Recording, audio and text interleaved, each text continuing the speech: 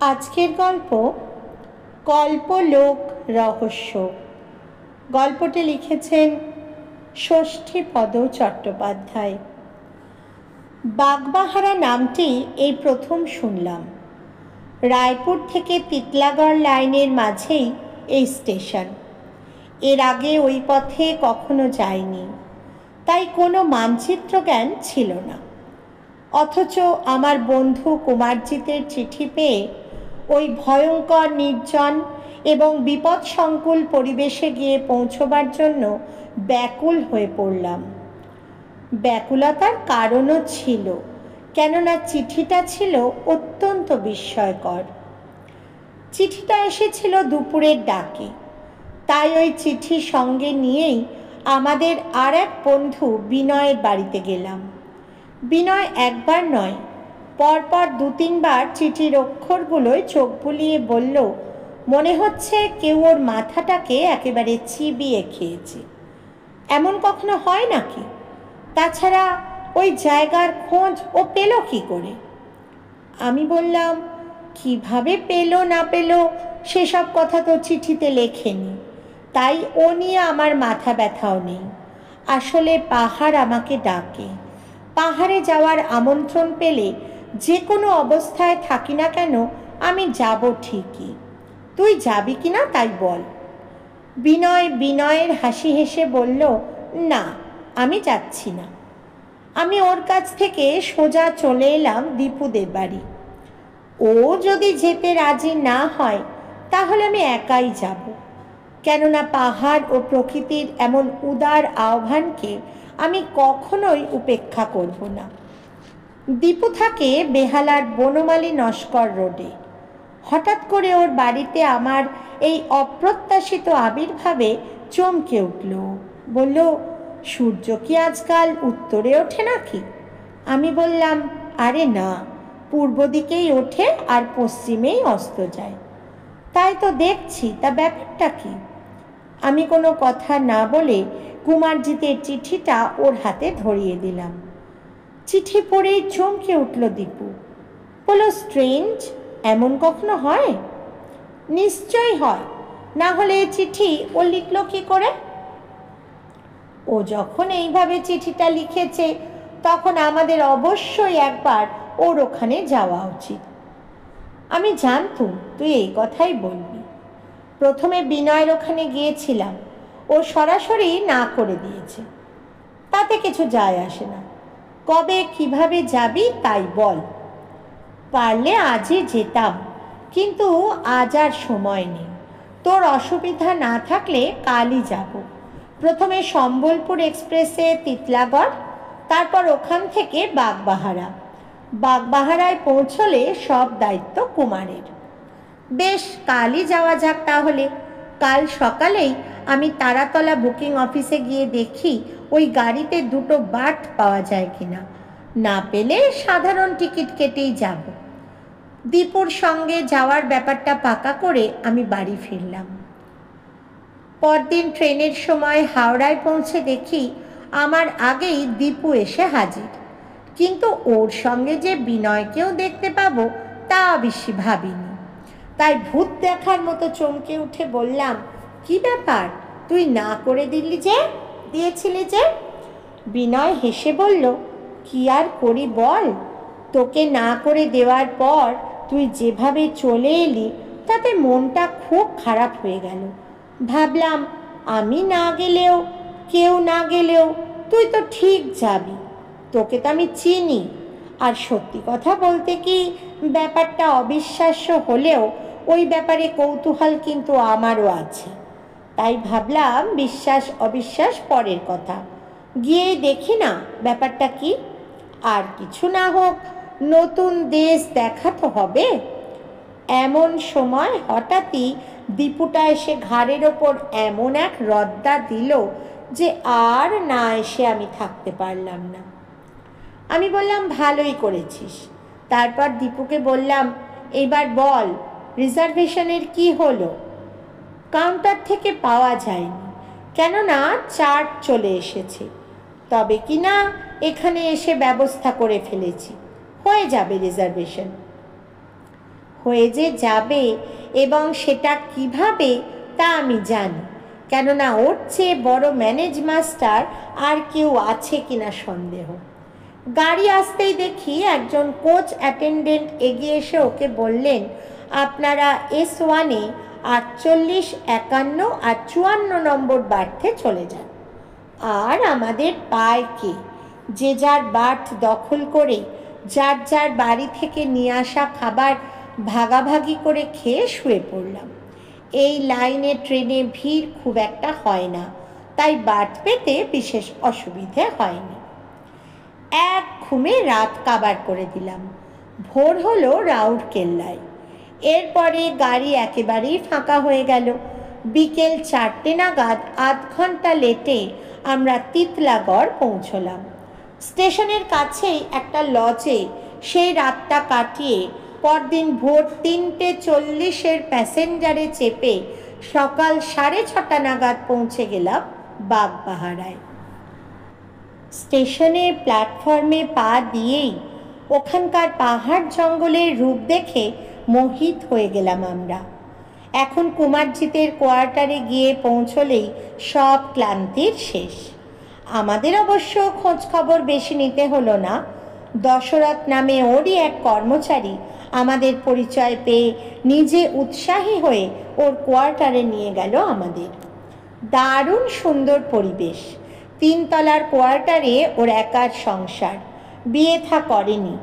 রেলের চাকরিতে নতুন লাইন পাতার কাজে এখানে এসেছে। সবে মাস 3 হলো। থাকতে হবে আরও অনেক দিন। একসঙ্গে 3 জনকে দেখে ও এমনই অভিভূত হলো যে বলার নয়। বলল, আমার চিঠি পাওয়া মাত্রই যে তোরা চলে আসবি তা আমি সত্যি ভাবতেও পারিনি। এখন তোদের দেখে আমার মনোবল অনেক বেড়ে গেল। দীপু বলল, তোর মনোবল বাড়িয়ে দেওয়ার জন্যই তো আমাদের আশা। তবে এসেছি যখন, তখন তোর ওই কল্পলোকের সন্ধান না নিয়ে কিন্তু আমরা যাচ্ছি না। তা ব্যাপারটা কি, একটু খুলে বলবি? বলবো, সব বলবো। সবে তো এলি, আগে একটু প্রকৃতিস্থ হ, তারপর ধীরে সুস্থে সব শুনবি। আমরা মুখ হাত ধুয়ে পোশাক পরিবর্তন করে সবাই বেশ গুছিয়ে বসে লোভনীয় জলখাবারের সঙ্গে চা পর্ব শেষ করলাম। তারপর কুমারজিতের সঙ্গে চললাম নির্জন বনে পাহাড়ে ঘুরে প্রকৃতির সঙ্গে একাত্ম হতে। ঘন অরণ্য বেষ্টিত পাহাড়ের এক সুন্দর নির্জনে ছোট্ট একটি ঝর্ণার কাছে বড় একটি পাথরের ওপর বসে পাখির গান শুনতে লাগলাম আমরা। শুনতে শুনতে নিজেদের মধ্যে নানা রকম আলোচনা চলতে লাগলো। কুমারজিৎ বলল, কেমন লাগছে বাগবাহারা? আমরা এক বাক্যে বললাম, দারুণ সুন্দর, কিন্তু দারুণ আতঙ্কময়। আমি বললাম, কেন, কি কারণে? এই বাগবাহারায় বাঘের দেখা সাক্ষাৎ মাঝে মধ্যে পাওয়া গেলেও ভালুকের উপদ্রব এখানে খুব বেশি। চলাফেরার সময় একটু নজর করলেই দেখতে পাবি কিছু কিছু মানুষের বীভৎস রূপ। ভালুকের আক্রমণে এমনই অবস্থা তাদের যে দেখলে তোকে শিউরে উঠতে হবে। বিনয় বলল, তাহলে আমাদের এই জায়গাটাও খুব একটা নিরাপদ নয়, তাই কি? নয় তো, তবে কিনা সকালের দিকে এই সময়টা খুব একটা বিপজ্জনক নয়। দুপুরের পর থেকেই এলাকাটা পুরো ওদের দখলে চলে যায়। বেশিরভাগ বন্য আদিবাসী ও কাঠুরিয়ারাই শিকার হয় ওদের। আমি বললাম, ওই সমস্ত ভয় ডরের কথা থাক, এখন বল তোর ওই কল্পলোকের গল্প। কি এমন দেখলি তুই যে এমনভাবে সবাইকে ডাকিয়ে আনলি? কুমারজিৎ বলল, সব কথা তো চিঠিতে গুছিয়ে লেখা যায় না, তাহলে আমিও তোর মতো একজন লেখক হয়ে যেতাম। এখন যা বলি তা মন দিয়ে শোন, সবাই মিলে একটা সিদ্ধান্ত নিয়ে কিভাবে কি করা যায়। আমরা সবাই দারুণ কৌতূহল নিয়ে ওর মুখের দিকে তাকালাম। ওর মুখের চেহারা দেখে বোঝা গেল দারুণ একটা উদ্দীপক কিছু শোনাবার জন্য মনে মনে প্রস্তুত হচ্ছে ও। কুমারজিৎ একটু সময় চুপ করে থেকে বলল, ওই যে দেখছিস পাহাড়টা, ওই পাহাড়ের নাম সোনাগিরি। এর সর্বোচ্চ চূড়ায় 4টি শিখর আছে। ওই 4টি শিখরকে 4টি হরিণ বলে কল্পনা করা হয়। শোনা যায় ওই পাহাড়ের মাথায় একটি সরোবর বা তালাও আছে। সেই সরোবরকে ঘিরে নানা রকম অলৌকিক রহস্য জড়িয়ে আছে। কিংবদন্তি এই, ওখানে গেলে কেউ নাকি আর ফিরে আসে না। পূর্ণিমার রাতে ওই সরোবরের জলে অপ্সরা ও গন্ধর্বরা স্নানের জন্য আসেন। একবার কিভাবে যেন 4টি হরিণ ঘুরতে ঘুরতে হঠাৎই ওখানে গিয়ে পড়ে। গন্ধর্বদের সেই স্নান দৃশ্য দেখার পরেই তারা পাথর হয়ে যায়। বিনয় বলল, অবিশ্বাস্য। দীপু বলল, বিশ্বাস অবিশ্বাস পরের ব্যাপার। ধর যদি সত্যিই তা হয়ে থাকে, তাতে আমাদের কি? ও নিয়ে তো আমাদের মাথা ঘামাবার কোনো দরকার নেই। আমি বললাম, আছে। ব্যাপারটার সত্যি মিথ্যা একবার যাচাই করে দেখতে দোষ কি? যদি বুজরুকি হয়, তাহলে আমরা ফিরে এলে সকলেই সব ভয়ভীতি দূর হয়ে যাবে। আর যদি সত্যি হয়, তাহলে আমরাও না হয় ওই হরিণগুলোর মতো পাথর হয়ে থাকবো। তবে কিনা বিতর্কিত জায়গাটা থেকে অনেকটা দূরত্বেই আমরা থাকব। কুমারজিৎ বলল, কাল বাদে পরশু পূর্ণিমা। আমি কিন্তু আর দেরি করতে চাই না। এখন আর আমি একা নই, আমরা 4 জন। যদি রাজি থাকিস, তাহলে যাওয়ার ব্যবস্থাটা পাকা করি আয়, লোকজনও জোগাড় করি। এই ব্যাপারে আমরা সবাই একমত হলাম এবং খুবই তৎপরতার সঙ্গে দশরথের মাধ্যমে ওই পাহাড়ে পথ চিনিয়ে নিয়ে যাওয়ার জন্য 2 জন এদেশীয় লোককেও টাকার বিনিময়ে রাজি করালাম। এখন শুধু সময়ের অপেক্ষা। নির্দিষ্ট দিনে যাত্রা শুরু করলাম আমরা। পথ প্রদর্শক ছাড়াও 2 জন মালবাহক ছিল আমাদের সঙ্গে, কেননা রান্নার সরঞ্জাম, খাবার জল, তাঁবু ইত্যাদি রাখতেই হয়েছিল যাওয়া আসা ও রাত্রিবাসের জন্য। পথ প্রদর্শকদের হাতে ছিল বন্দুক ও বল্লম। ভীষণ দুর্গম পথ। কাঠুরিয়ারাও বন্য জন্তুদের আক্রমণের ভয়ে সচরাচর এ পথে আসে না। মালবাহকরা প্রথমে রাজি হয়নি যেতে, পরে মোটা টাকা বকশিসের লোভ দেখাতে রাজি হলো। তবে শর্ত হলো, ওরা কেউ রাতে পাহাড়ে থাকবে না, এমনকি উচ্চ শিখরের ধারে কাছেও যাবে না। বেশ খানিকটা দূরত্ব বজায় রেখে আমাদের নামিয়ে দিয়ে নেমে আসবে। আমরা জঙ্গলে পরিপূর্ণ ভীষণ দর্শন সেই পাহাড়ে ওঠা শুরু করলাম। একদিকে মনের মধ্যে অদম্য কৌতূহল, অন্যদিকে বন্য জন্তুর আক্রমণের ভীতি। এই নিয়েই শুরু হলো আমাদের অভিযান। প্রায় ঘন্টা 3 মতো সময় লাগলো ওপরে উঠতে। মালবাহকরা অনেক আগেই জিনিসপত্র নামিয়ে দিয়ে বিদায় নিল পথ প্রদর্শকরাও। তবে কিনা যাওয়ার আগে আমাদের হাতে একটা করে বল্লম দিয়ে গেল। এগুলো ওরা সঙ্গে করেই এনেছিল। ওরা চলে গেলে আমরা পাহাড়ের বেশ কিছুটা উচ্চস্থানে বিশাল আয়তন 2 পাথরের মাঝখানে তাঁবু খাটিয়ে সেই বিতর্কিত স্থানটিকে ভালোভাবে প্রত্যক্ষ করতে লাগলাম। অবাক বিস্ময় দেখলাম পাহাড়ের সেই 4টি শিখরকে। মনে হলো সত্যি সত্যিই যেন 4টি বৃহদাকার হরিণ পাথর হয়ে দাঁড়িয়ে আছে। প্রকৃতির কি অদ্ভুত খেয়ালিপনা! বুক, মুখ, শিং সবই হরিণাকৃতির। প্রত্যেকটি শিখরের তলদেশে একটি করে গুহা, আর মাঝের ঢালু অংশটায় টলমল করছে স্বচ্ছ জলের এক রমণীয় সরোবর। থরে থরে পদ্ম ফুটে আছে সেই সরোবরের জলে। কিন্তু আশ্চর্য এই যে সর্বত্রই যেন মৃত্যুর শীতলতা। গাছপালাও আছে, কিন্তু খুব কম এবং তেমন প্রাণবন্তও নয়। অথচ ওই জায়গাটুকু বাদ দিলে সব কিছুই কি সুন্দর।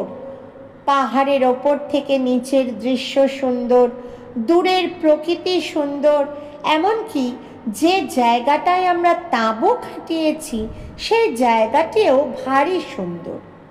দীপু বলল, কেমন কি বুঝছিস? আমি বললাম, এখনো বুঝিনি, তবে রহস্য একটা আছে। যেমন ধর, ওখানে গাছ আছে কিন্তু পাখি নেই, সরোবরে অত পদ্ম ফুটে আছে কিন্তু ভ্রমর বা মৌমাছির গুঞ্জন নেই। অথচ এখানে চারিদিকে দেখ, কত পাখির কলকাকলি, রঙিন প্রজাপতির আনাগোনা, কত কি, তাই না? কুমারজিৎ বলল, তাহলে এখানকার প্রকৃতিক কারণই বলে দিচ্ছে যে কিংবদন্তি মিথ্যে নয়। কিন্তু মানুষ এখানে এসে হারিয়ে গিয়ে যায় কোথায়? বিনয় বলল, পথশ্রমে আমরা খুব ক্লান্ত, আগে একটু স্টোভ জেলে গরম কফি 1 কাপ করে খেয়ে নেওয়া যাক, তারপর ওই নিষিদ্ধ এলাকায় ঢুকে দেখে আসি কিসের কারণে ওখানে অমন মৃত্যুর শীতলতা। কুমারজিৎ বলল, আমার মনে হয় এখানকার সব রহস্য লুকিয়ে আছে ওই গুহাগুলোর মধ্যে। আমরা কফি খেয়ে সর্বাগ্রে ওই গুহাগুলোকে পরিদর্শন করে স্নানের পর্বটাও ওই সরোবরের জলে মিটিয়ে তারপরে যা করবার করব। আমি বললাম, না, লক্ষণ রেখা পার হয়ে ওই গণ্ডির মধ্যে ঢুকতে আমি রাজি নই। কুমারজিৎ ফোঁস করে উঠল, তাহলে এত কষ্ট করে এখানে আসবার দরকারটা কি ছিল? আমি বললাম, গোয়ার তুমি করিস না, আমরা এসেছি এখানকার রহস্যময় ব্যাপার স্যাপার কি ঘটে না ঘটে তা প্রত্যক্ষ করতে, প্রকৃতির নীরবতাকে, তার নিষিদ্ধতাকে, তার ধ্যানমগ্নতাকে চমকে দিতে নয়। কিংবদন্তি স্মরণ কর, এখানে যারা এসেছে তারা কেউই আর ফিরে যায়নি। হয়তোবা এই নিয়মানুবর্তিতার ব্যতিক্রম ঘটাতে গিয়েই সেই একই ভুল আমরাই বা করব কেন? এখানে 4টি শিখরে 4টি গুহা, আমরাও 4 জন, হয়তো ওগুলোই আমাদের মরণ ফাঁদ। তাই পূর্ণিমা রাতের সেই অলৌকিক রহস্যকে প্রত্যক্ষ না করে ওখানে পদার্পণই করব না আমরা। যদি করি, হয়তো আমাদেরই হঠকারিতায় কোনো কিছুই আর প্রত্যক্ষ করতে পারবো না, প্রকৃতিও তার নিয়মের ব্যতিক্রম ঘটাবে। কুমারজিৎ বুঝল, সবাই বুঝল, তাই আমরা অন্য কাজে মন দিলাম। বিস্কুট সহ গরম কফি খেয়ে একটু দূরের ছোট্ট একটি ঝর্ণার জল এনে শুরু করলাম রান্নার আয়োজন। কি সুন্দরভাবে কেটে গেল সারাটি দিন। দেখতে দেখতে দিবাবসান হলো। সন্ধ্যা সমাগমে হিংস্র বন্য জন্তুদের ডাকে আতঙ্কিত হয়ে উঠল সর্বত্র। শুধু এখানেই যা, কোনো বিপদ নেই, কোনো ভয় নেই। বাঘ ভাল্লুক কেন, একটি শেয়ালকেও দেখা গেল না এখানে। আমরা আলো না জেলে তাঁবুতে বসেই তাকিয়ে রইলাম সেই কল্পক্ষেত্রের দিকে।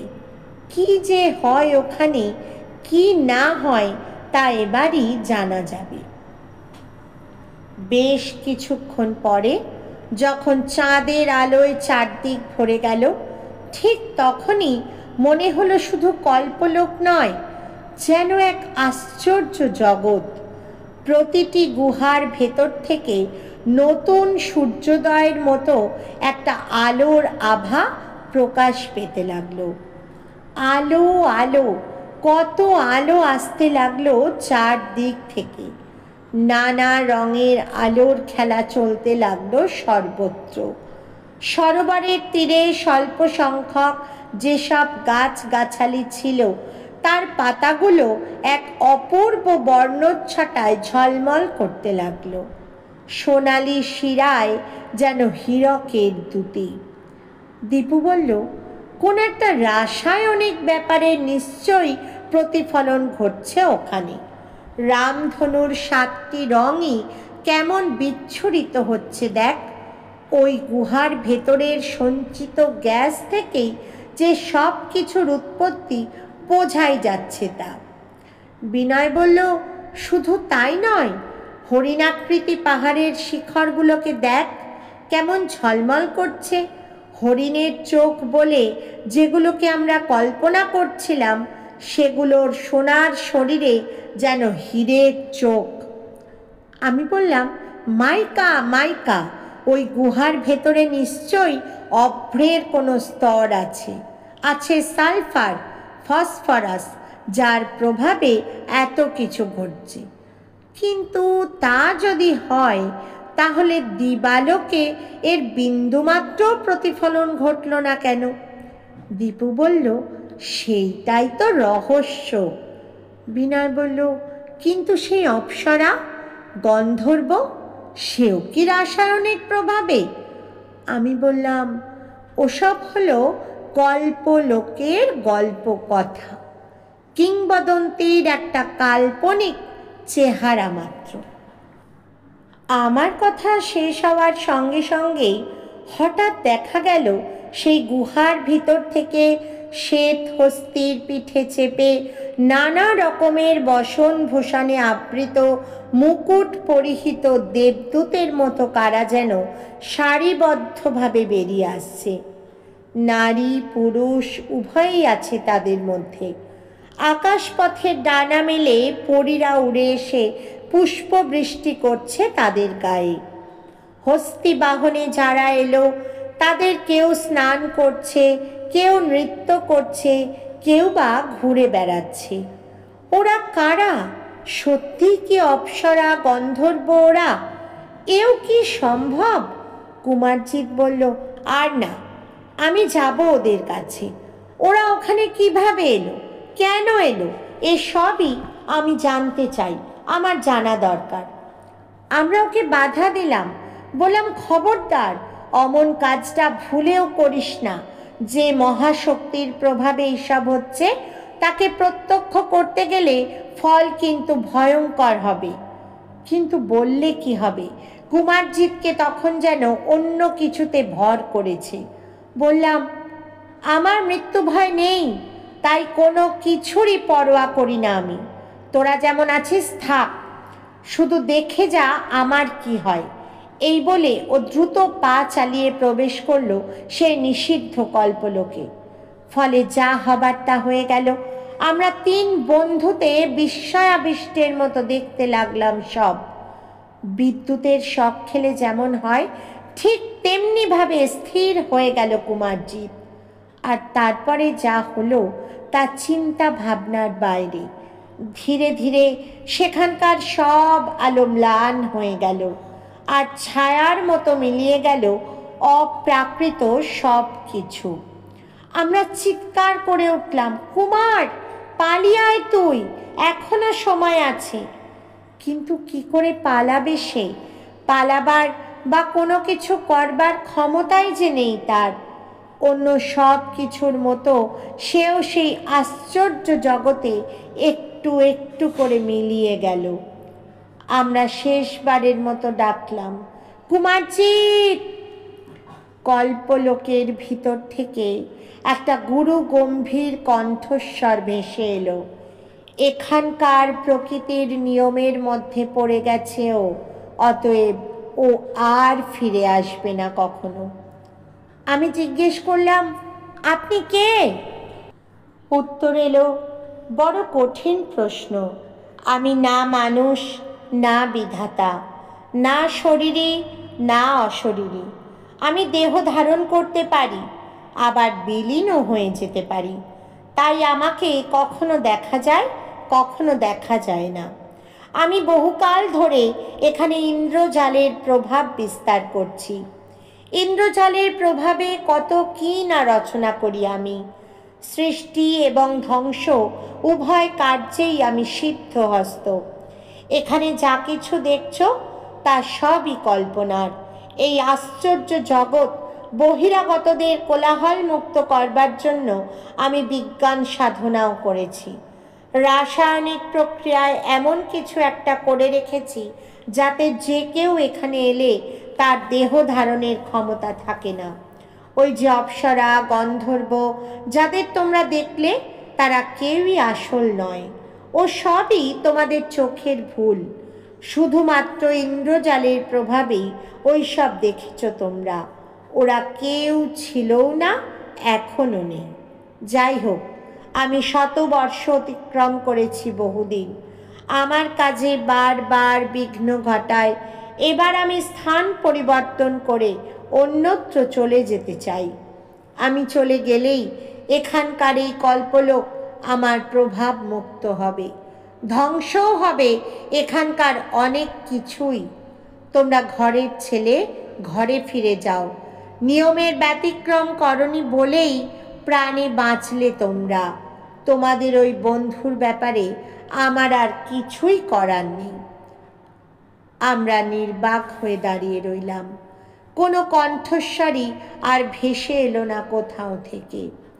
কোনো রকমে সে রাতটা আমরা তাঁবুতে কাটিয়ে পরদিনই ভারাক্রান্ত মন নিয়ে তাঁবু গুটিয়ে ফিরে এলাম। পথ প্রদর্শকরা আমাদের মধ্যে থেকে একজনকে দেখতে না পেয়ে একটুও বিস্ময় প্রকাশ করল না।